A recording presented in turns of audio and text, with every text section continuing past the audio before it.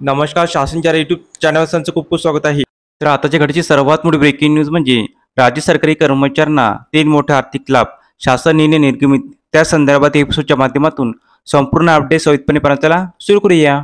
राज्य सरकारी कर्मचाऱ्यांना 3 लाभाचे सुधारित सेवा अंतर्गत आश्वासित प्रगती योजना व निवृत्त वेतन संदर्भात दिनांक 16/9/25 रोजी 2 स्वतंत्र शासन निर्णय निर्गमित करण्यात आले आहे.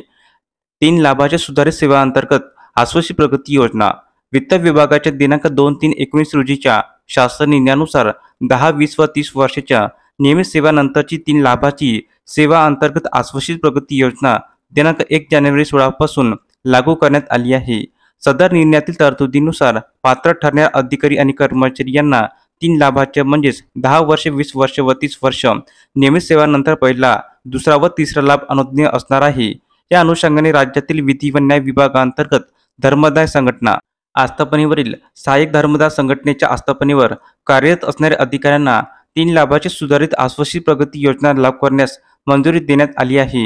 निवृत्त वेतन दिनांक 1 नोव्हेंबर 5 पूर्वी ज्यांची पदभरतीची जाहिरात अथवा अधिसूचना निर्गमित करण्यात आलेली आहे व त्यांना दिनांक 1/11/5 नंतर नियुक्ती दिली गेली आहे, अशा राज्य शासकीय अधिकारी आणि कर्मचारी यांना केंद्र सरकारच्या निर्णयाच्या अधीन राहून जुनी निवृत्त वेतन योजना लागू करण्याबाबत उच्च व तंत्र शिक्षण विभागाअंतर्गत निर्णय घेण्यात आला आहे.